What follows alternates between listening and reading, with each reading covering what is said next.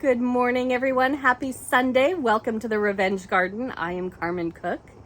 When I walked outside and it was raining, I had that Braveheart excerpt where it's just, perfect Seattle weather. Rain's coming down a little to the side today. So I hope everyone is staying warm and healthy. We are going to start with Someone Missing from MALAPAIS Mountain, which is Kris Bock's Accidental Detective book number 4. The doorbell rang. I stroked Harlequin, my parents' black and white cat, who liked to snuggle me whenever I had the heating pad on my leg. Sorry, can't disturb the cat. My sister heaved a theatrical sigh and headed for the door. We weren't expecting anyone, so it was probably a delivery, or else Clarence with a report on some odd crime he thought we should investigate in order to keep him entertained. Since I'd been home, I'd helped get 3 murderers arrested. Bored, retired men remained the biggest danger in my life. I heard a woman's voice from outside. Kate Tesler? Jen stepped back and gestured toward me. A petite woman, probably my age, give or take a few years, stepped into the foyer. Her gaze landed on me and she marched forward. April Tran, editor-in-chief of The Sun. Her chin-length black hair swung forward as she leaned over to hold out her hand. I shook the offered hand. Pleased to meet you. What can I do for you? I tried to keep my demeanor professional. It would be the only professional thing about me. I wore baggy shorts and an ancient Def Leppard t-shirt with a coffee stain down the front, and my short silver hair stuck up all over the place. I hadn't bothered to shower that morning since I wasn't expecting anyone important. April Tran couldn't have weighed more than 100 pounds, but she dropped onto the other end of the sofa hard enough to bounce the cushions and make Harlequin grumble. I need your help. She frowned at the cat and the heating pad. I hope you can help me. If you explain what you need, I'll let you know. Jen quietly took her seat across the coffee table and picked up the notebook and pen she kept within reach. Gabriella told me about you, April said. Gabriella Dempsey was a reporter with The Sun. I'd done her a favor a few weeks before by giving her info about the cyberbullying at the local high school. Well, technically I'd distracted her from the bigger scandal involving Todd's political opponent and a shady developer who'd committed murder. But the cyberbullying story tied into that, and since the bigger story broke, Gabriella had been covering it as well. I've been following her reports. She's doing well. She'll have my job one day, April said without heat. At least if she lives long enough. I stared. Is that a general comment, or are you worried about her safety? She was in a car accident last night, April said. Gabriella's in the hospital. Oh no, is she... I wouldn't ask if she was all right, given what April had already said. What are her injuries? Broken arm, cracked ribs, burns. She's conscious, but between the breathing tube and the burns on her hand, she can't really communicate. April gulped. She can't talk or write. I felt lightheaded. My damaged leg was bad enough. Losing the ability to speak and write would be devastating, especially for a reporter. I made myself breathe. Do they think she'll get better? April gave a shrug and half shake of her head that suggested uncertainty. Is that what you meant by if she lives long enough? Not exactly. April's hands made fists on her thighs. The accident wasn't an accident. Someone ran her car off the road. Jen gasped. Intentionally? We don't know for sure. Gabriella was driving the windy road east of the city towards MALAPAIS Mountain. Her car went into a gully. In a way, she's lucky the engine caught fire. The flames attracted the attention of the next people to drive by, and they got her out. Otherwise, April's chin trembled as she pressed her lips together. Jen and I exchanged glances, eyes wide at the horror of being trapped in a burning car. If no one had spotted the wreck, it could have been days before someone found her. Her remains at that point.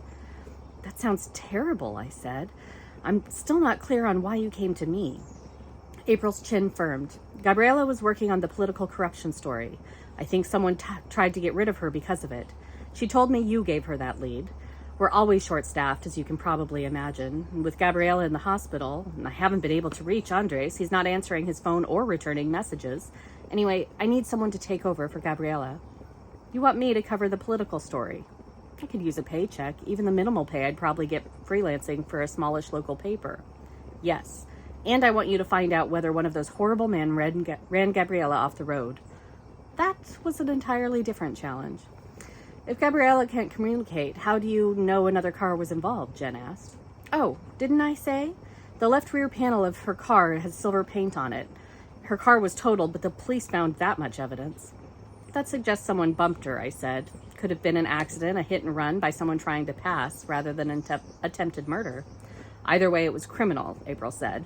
I want them caught, and I can't let someone get away with hurting one of my reporters, especially if it was an attack. I mentioned the possibility to the police, but they're not taking me seriously.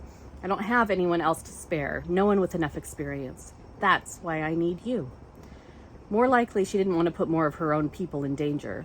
I'd take that as a compliment to my experience rather than a comment on my expendability. April leaned forward. I want you to take over Gabriella's story, include the investigation into her accident, the attempt on her life. I should consider the ramifications carefully. I'd be going up against men who were rich, powerful, and ruthless. At least one man was already dead at their hands. If they'd tried to get rid of Gabriella, it suggested she'd found more evidence against them. They wouldn't want me on the same trail. It was definitely a situation that called for caution. I'd love to help, I said. Jen leaned forward. Let's talk about our rates. That is Kris Bock's Someone Missing from MALAPAIS Mountain. Now we're shifting gears and heading over to the club with Stella Williams' Fire and Brimstone. The Afro beats floating through the club should have put Terrence Shaw and his brothers in a better mood.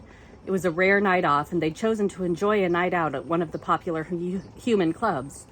A couple drinks and a night in a willing female's bed were just the thing to distract them from the growing pile of open case files on their desks. Yet, here they sat, killing the vibe in the VIP. The bottle of Casamigos at the center of their table was empty, another already on its way. Their fun night out was quickly turning into a tense drowning of their worries and booze, not broads. Not that there weren't options. 6 women had approached them so far, offering to satisfy their physical needs, but none garnered more than a half smile from the 3 men. I'm going to go take a leak, Terrence muttered to his brothers before forcing his body from the leather couch. His brothers grunted a response. He made his way to the public toilet, made quick work of his business, and washed his hands and headed back to the bar. He'd settle the tab and drag his brothers back to the office. That's where their minds were anyway.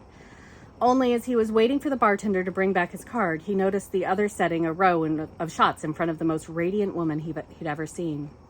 The cautious smile she gave the bartender wiped Terrence's brain of anything but the thought of finding out more about her. She toasted with the woman next to her before tossing back the shot. Then, her face scrunched up and her tiny hand raised to her elegant throat.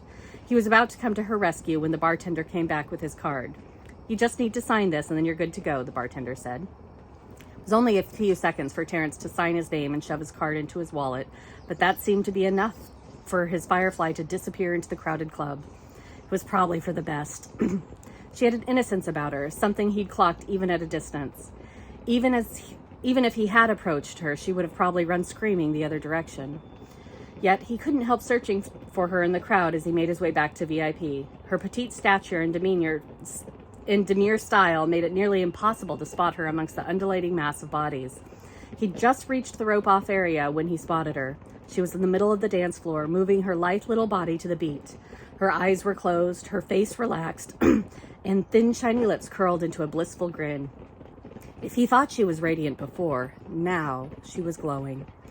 He wasn't the only one who noticed. He watched through narrowed eyes as 3 other men made a beeline towards her.